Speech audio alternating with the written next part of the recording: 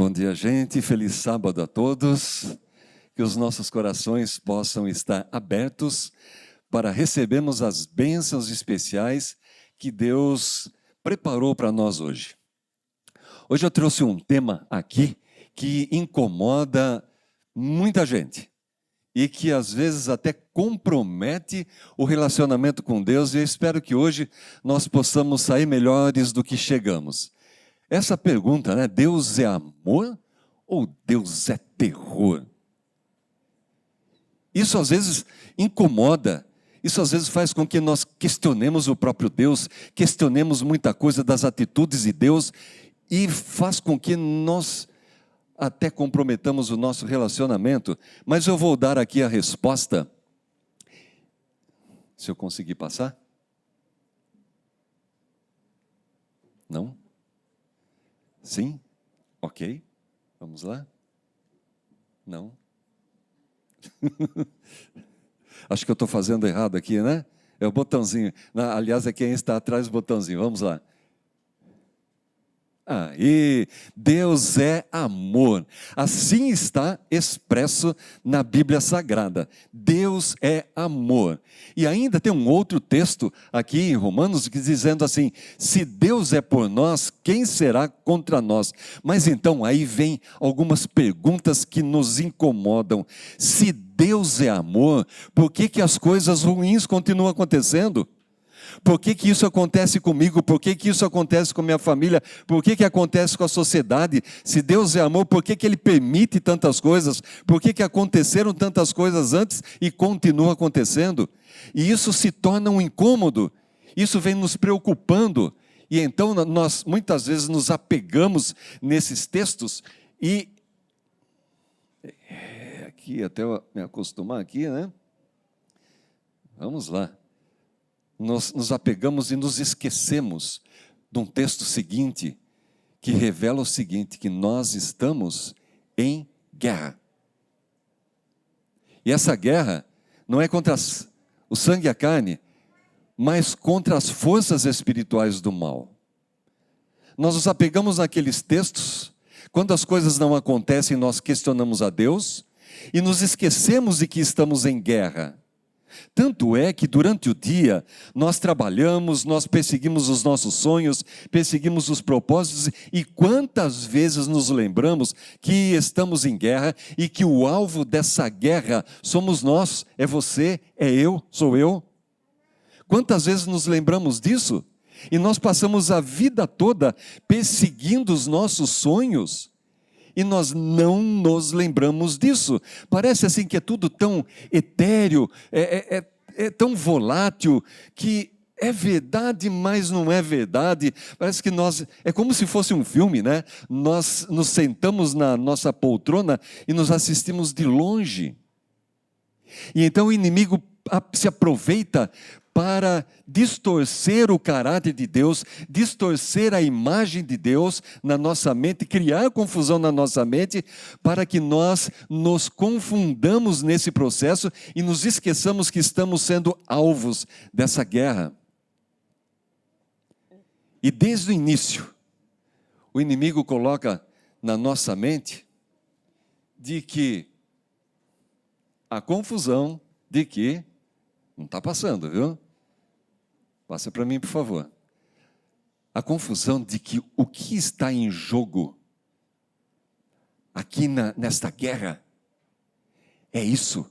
A maior intenção do diabo não é somente fazer com que você caia em pecado, mas é destruir todos os seus sonhos. E na destruição dos seus sonhos é tornar Deus desacreditado para você. Os seus sonhos vão todos por terra, e dessa forma você questiona Deus, dessa forma você até mesmo se distancia de Deus, você questiona se Deus realmente tem poder, se Deus realmente é amor, e aí pode até realmente criar uma revolta contra Deus, e você desacredita de Deus.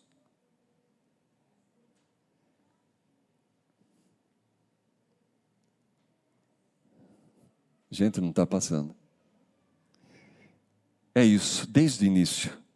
O inimigo vem trabalhando dessa forma, tentando fazer com que o conceito implantado na sua mente seja um jogo de poder.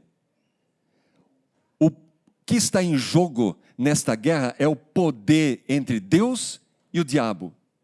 Parece que é uma queda de braços. Quem será que vai ganhar? Quem será que vai ganhar essa guerra? E assim ele cria essa confusão, de tal forma que você se distancia dele. Por isso que existe essa orientação na Bíblia. Cuidado, olha, o inimigo trabalha de tal forma como um leão que ruge ao derredor, tentando te tragar. E sabe quando que ele te traga? Sabe quando que ele traga você? Quando você se distancia, quando você desacredita de Deus. Quando você torna Deus desacreditado, por várias consequências, vários problemas, você se distancia, você se revolta, distancia dos irmãos, se revolta contra a igreja e acaba se revoltando contra o próprio Deus, e aí então o inimigo está te devorando. Porque ele criou confusão sobre o caráter de Deus, criou confusão sobre a imagem de Deus. O que nós precisamos compreender, o que realmente está em jogo no conflito universal, não é o poder, e sim o amor e o livre-arbítrio. Isso é o que está em jogo. Por isso, Satanás, desde o princípio, na sociedade, procura distorcer o amor de Deus, para que você tenha uma compreensão errada, e assim você faça mau uso do livre-arbítrio, da liberdade de pensamento, fazendo com que você faça más escolhas, escolhas egoísticas, egocêntricas, escolhas que tragam sofrimento, que tragam destruição, autodestruição, e assim, em nome da liberdade de pensamento, te leve à autodestruição, e é isso que acontece com a nossa sociedade hoje.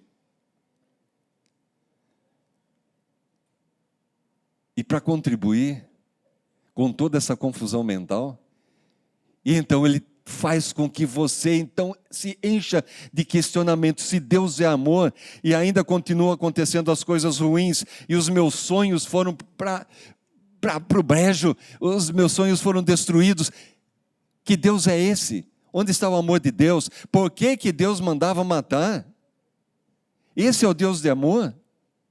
E se nós formos buscar, nós encontramos Satanás colocando a Deus desde o princípio em várias situações de conflito, de tal forma que Deus usava o seu poder para que o caráter de Deus fosse sendo distorcido e as ações de Deus fossem entendidas como ações arbitrárias, ações de um Deus vingativo, ações de um Deus sem amor, ações de um Deus destruidor, para que no final, quando nós fôssemos buscar a compreender a Deus, a nossa mente, o conceito sobre Deus estava tão distorcido, tão deturpado, que a nossa perspectiva para compreender a Deus era somente através da vingança, através do poder, através do desamor, através de um Deus arbitrário e vingativo. Não através de um Deus de amor. Nós não teríamos essa perspectiva do amor para analisar a Deus. Tanto é que hoje é muito mais fácil nós entendermos o poder de Deus do que o amor de Deus. O poder de Deus é muito fácil nós compreendemos, mas quando nós falamos do amor de Deus, fica um pouco mais difícil e nós questionamos. Agora, está expresso na Bíblia que Deus é amor. É assim que está expresso na Bíblia. Então, nós precisamos aqui tirar um pouco essas lentes distorcidas, essas lentes com tantas tradições que nós carregamos, com essa perspectiva de um Deus vingativo, de um Deus que usa o poder para destruir. Nós precisamos deixar essa perspectiva do lado e buscar uma outra perspectiva para podermos compreender o Deus do amor. E às vezes é difícil porque nós queremos continuar nas perspectivas antigas, queremos continuar com as nossas lentes antigas e nós temos dificuldades para trocar as lentes para compreender o amor de Deus, compreender o Deus de amor. Mas é isso que eu estou desafiando para que nós façamos esta manhã. Nós vamos deixar um pouco esses paradigmas e buscarmos compreender a Deus da forma que nós deveríamos compreender. Aqui está o casal Marcos Torres e Sônia. Sônia é minha esposa, e esse ano nós completaremos 40 anos de casado. Amém? Amém, isso mesmo. Isso significa que há 41 anos eu cheguei para ela e a pedi em casamento. Eu vou revelar para vocês aqui como foi. Foi um momento tão sublime, quando eu cheguei para ela e apontei o meu 38 para ela e disse assim: ou você me ama para sempre e casa comigo, ou eu te mato agora. Gente, vocês não acreditam o que aconteceu. A partir daquele momento ela morreu de amores por mim, ela se encantou, ela se apaixonou, e até hoje, 40 anos depois, todos os dias que ela acorda, ela lembra do 38 voltado para ela e diz: eu te amo. Vocês acreditam nessa história? Tanto é que meu braço nem é meu, né? É branco, né? Gente, vocês acreditam que é possível nascer o amor a partir de uma ameaça? É possível nascer amor a partir de uma ameaça, dizendo assim: se você não me amar, então eu te ameaço dessa forma? No entanto, eu vou generalizar agora, tá? No entanto, talvez seja assim que nós tenhamos aprendido, sido educados com relação a Deus. Ah, se você não amar a Deus, você vai queimar no fogo do inferno. Se você não amar a Deus, você vai ser destruído. Se você não amar a Deus, você vai ser castigado. E assim o amor a Deus brota. Vocês acham que isso é possível? O amor não nasce a partir de uma ameaça. O amor não nasce dessa forma. O amor nasce a partir de relacionamento. O próprio Deus diz: não é por força, nem por violência, mas é pelo meu Espírito. E se nós formos buscar os frutos do Espírito Santo, no início da lista vem o amor. Não é por força, não é por violência, mas sim é por amor, que é o nosso relacionamento com Deus, e que Ele busca o relacionamento conosco.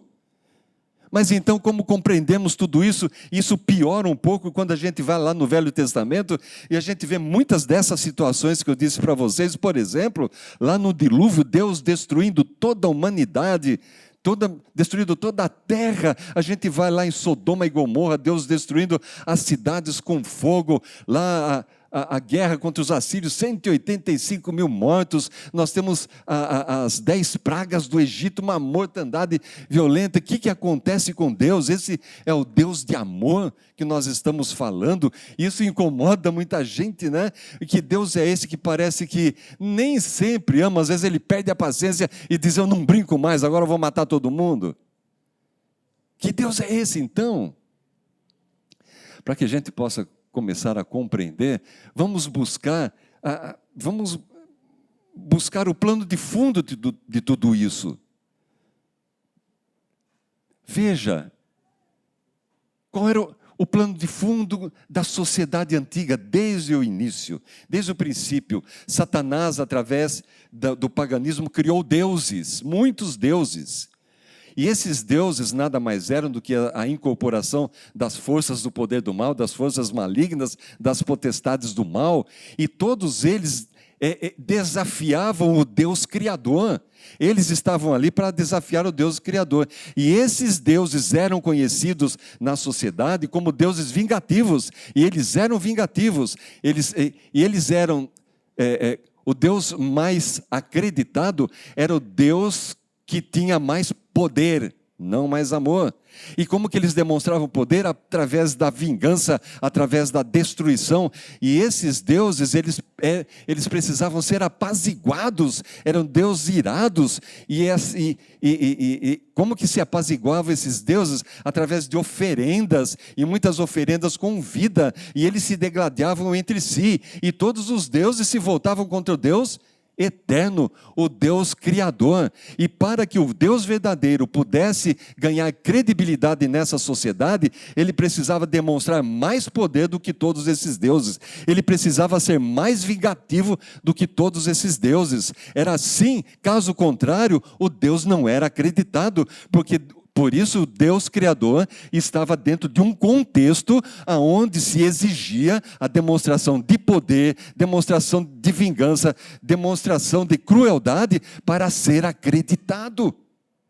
Era esse o contexto que que o inimigo criou através do desenvolvimento da sociedade e os deuses do paganismo. Era esse o contexto que Deus estava atuando. Gente, eu tive a oportunidade de ir 2 vezes para a África, para então ali nós tentarmos desenvolver um projeto de geração de energia elétrica. Certo, doutor Vinícius?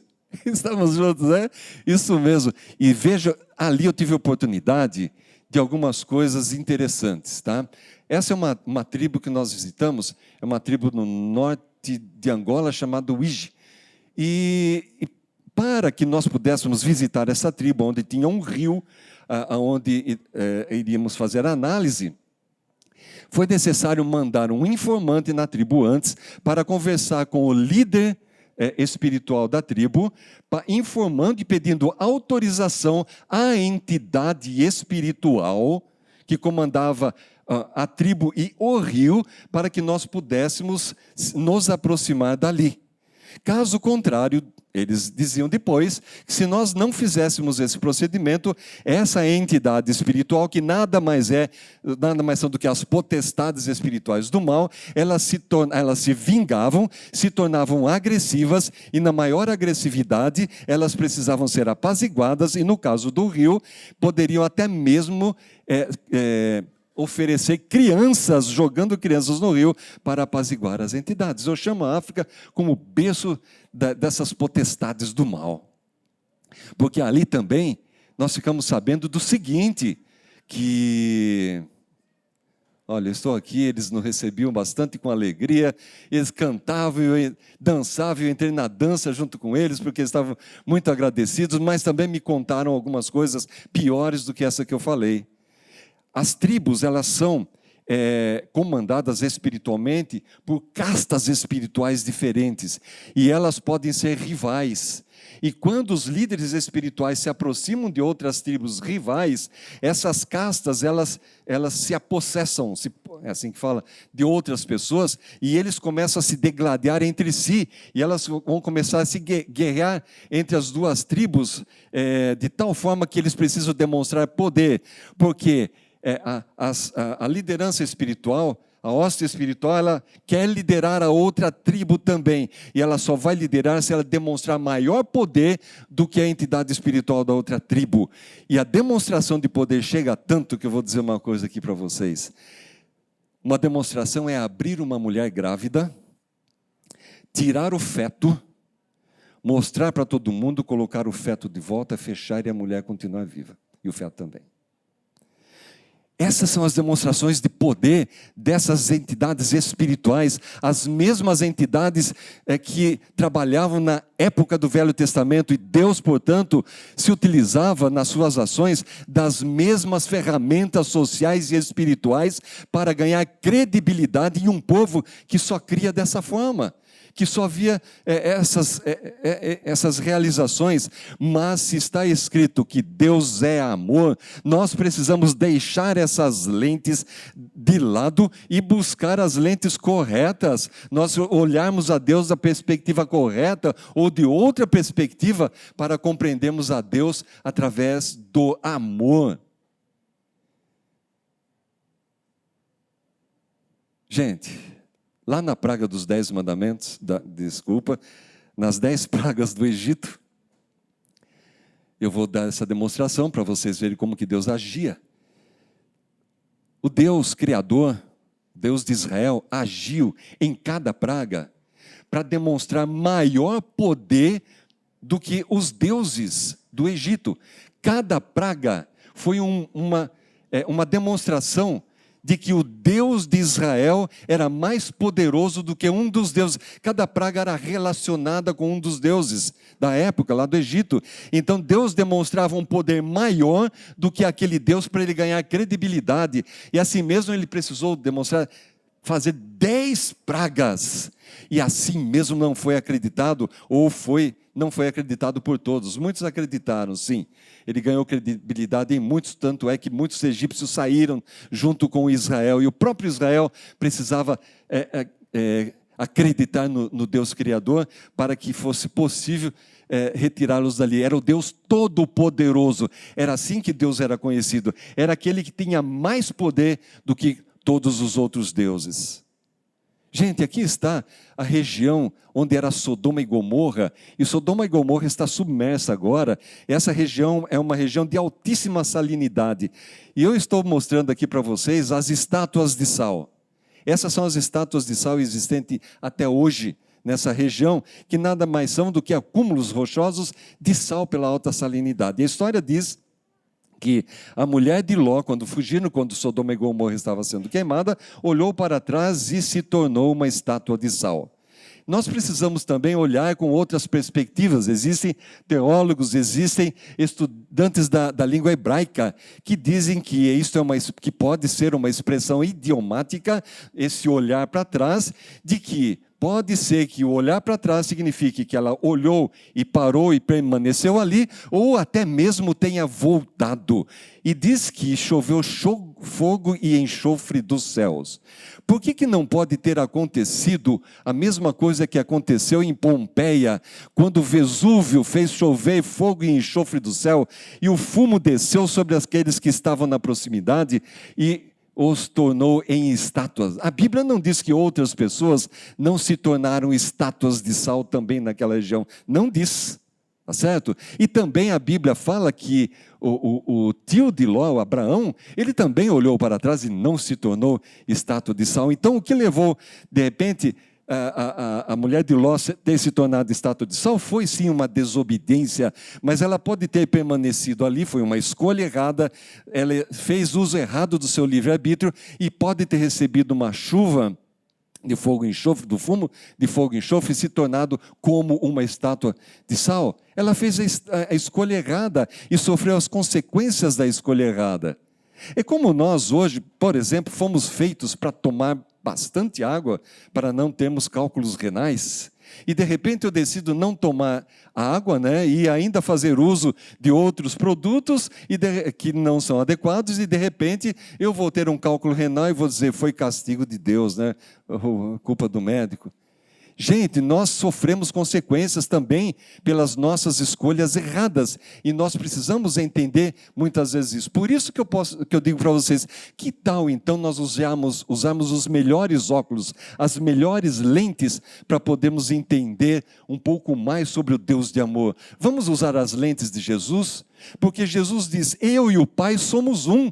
Então, se nós entendemos através de Jesus, nós vamos entender o amor de Deus. Jesus disse quando veio até a terra, disse que Deus, o Pai, não era conhecido até então. O caráter de Deus não era conhecido. E se o caráter de Deus não era conhecido, ele disse, eu vim para revelar o Pai. O Pai não estava revelado até então. O caráter de Deus estava distorcido, o amor de Deus estava distorcido. E ele disse, eu vim revelar para aquele que quiser. Aquele que quiser eu revelo sim. Então, se nós usarmos as revelações de Jesus, se nós usarmos as lentes de Jesus, talvez nós possamos entender melhor.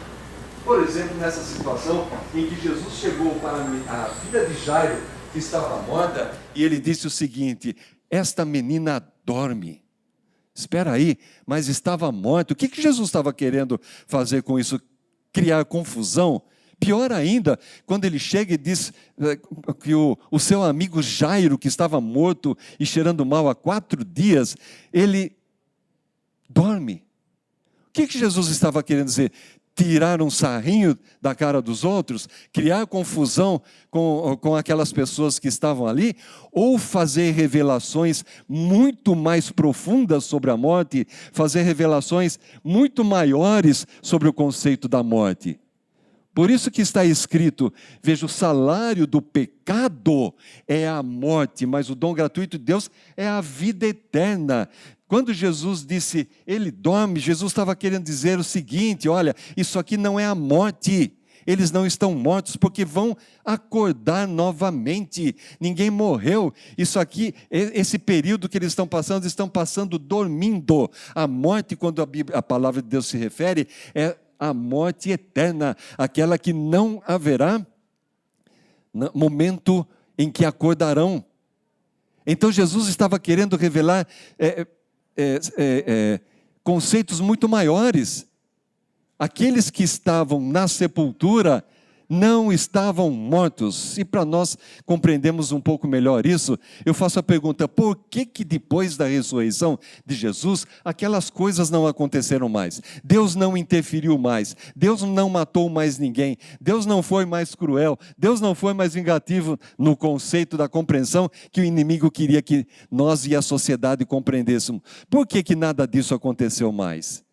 Será que a terra se tornou um lugar de graça, um lugar de paz, um lugar onde não existe mais a maldade, onde não existe mais o egoísmo, onde não existe mais a falta de perdão? Será que a terra não tem mais o mal, não existe mais o mal? Basta nós olharmos um pouquinho da história que a gente vai ver que não é nada disso, né? Se nós vemos logo depois, ainda no Império Romano, no império que Jesus viveu, nós vemos Nero incendiando Roma.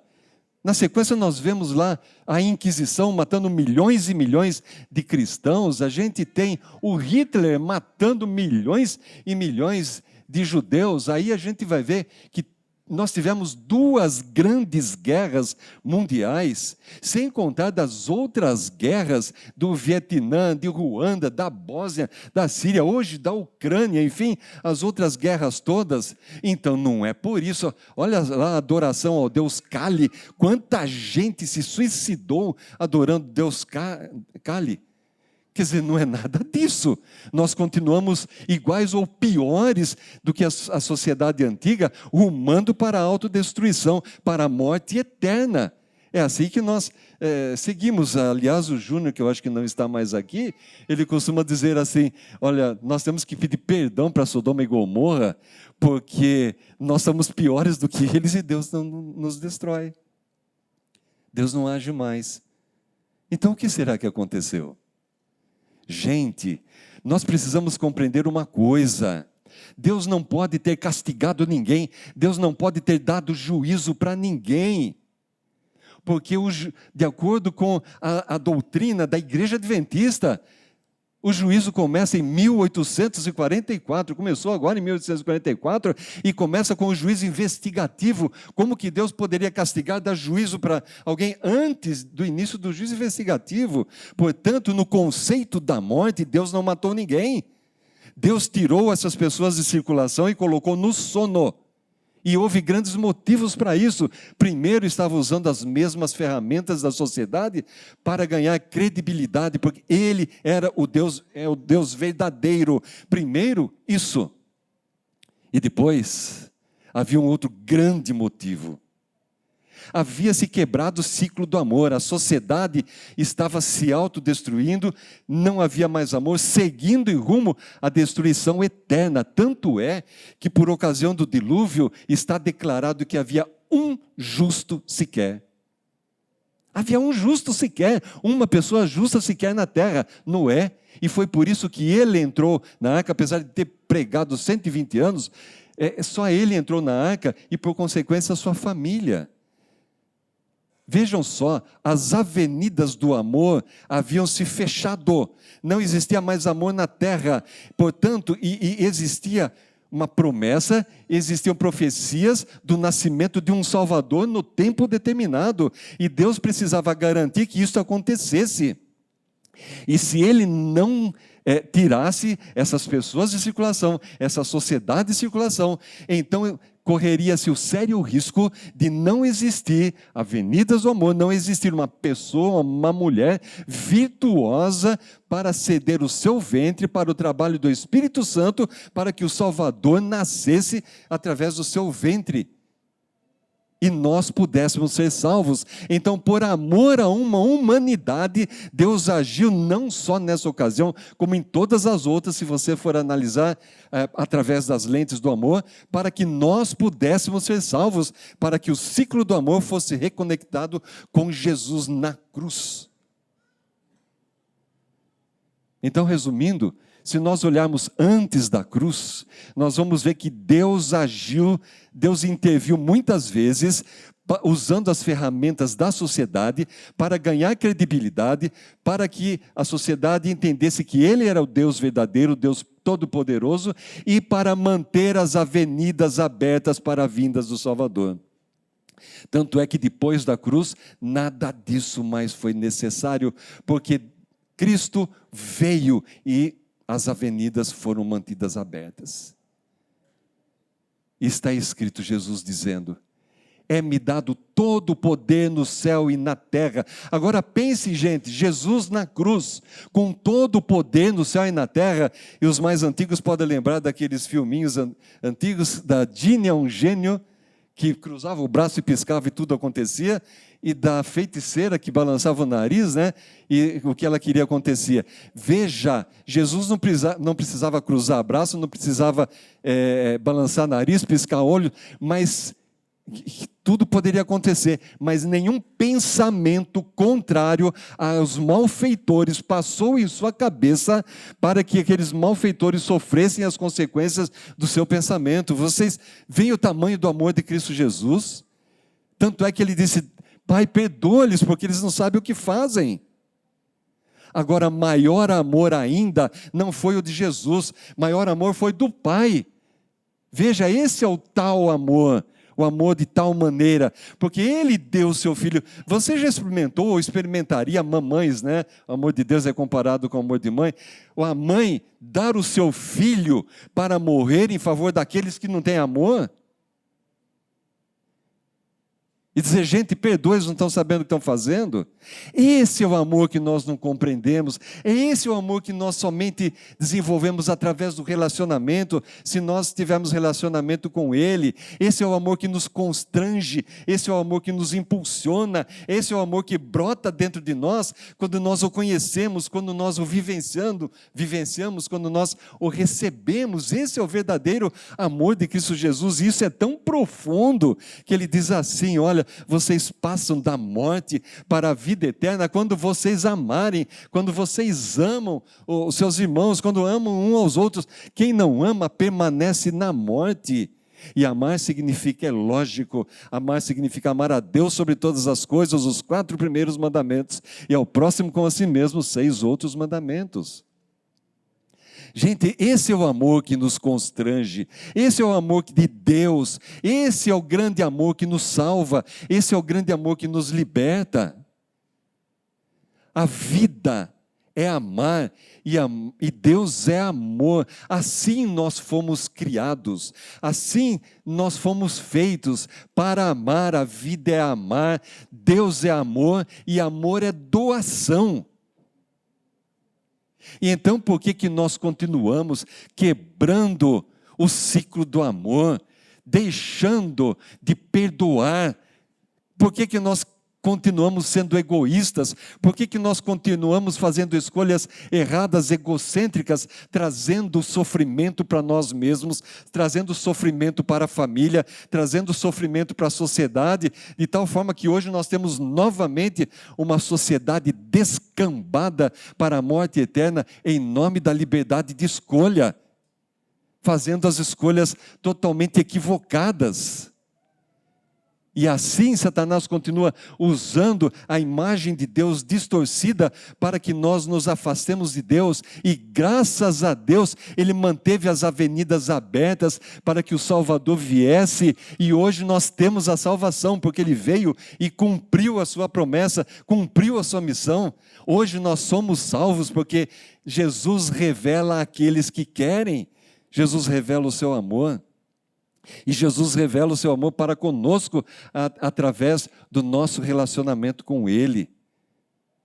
A vinda de Jesus hoje é certa. O inimigo não pode mais interferir, porque está escrito que Ele virá em poder, virá em grande glória. Ele não virá mais como um bebê, um frágil bebê. E as avenidas foram preservadas até a cruz. E hoje a vinda de Cristo Jesus não depende da sociedade, como dependia antes, não depende mais de ninguém, porque diz que Ele virá, através da profecia do sonho do rei Nabucodonosor, que Ele virá sem interferência humana. Lembra que a pedra foi cortada sem mãos humanas, então Ele virá sem interferência humana, queiramos ou não, graças a Deus Ele virá, e Ele virá por amor à humanidade, para salvar aqueles que escolheram viver o ciclo do amor que Ele reconectou na cruz. Amém? É por isso que nós estamos aqui. Gente, na Bíblia não está escrito que Deus é perdão, embora Ele seja todo perdoador. Na Bíblia não está escrito que Deus é conhecimento, embora Ele seja onisciente. Ele conhece todas as coisas. Na Bíblia não está escrito que Deus é poder, embora Ele tenha dado demonstrações enormes de ser o Deus todo-poderoso. Mas não é isso que está em jogo. Porque na Bíblia está escrito que Deus é amor. E é isso que o inimigo quer destruir. É isso que o inimigo quer que você não entenda. É isso que o inimigo quer que você não usufrua. É por isso que o inimigo quer que você se distancie dele, não usufruindo do seu amor. Deus é amor e Ele quer que nós vivamos esse amor. E quando nós nos relacionamos com Ele, nós vivenciamos esse amor, nós compreendemos esse amor, nós aceitamos esse amor brota dentro de nós, porque esse amor veio através dele, esse amor começa a arder o nosso coração, a arder a nossa vida, de tal forma que as nossas ações sejam frutos desse amor. O amor de Deus arde, o amor de Deus arde dentro de nós e Ele extrapola o nosso interior, de tal forma que os outros sentem o calor desse amor de Deus. Por isso que o convite esta manhã é para que nós cumpramos a missão desta igreja, que é a missão de amar. Essa é a missão da igreja do Campolim, essa é a nossa missão individual, é amar.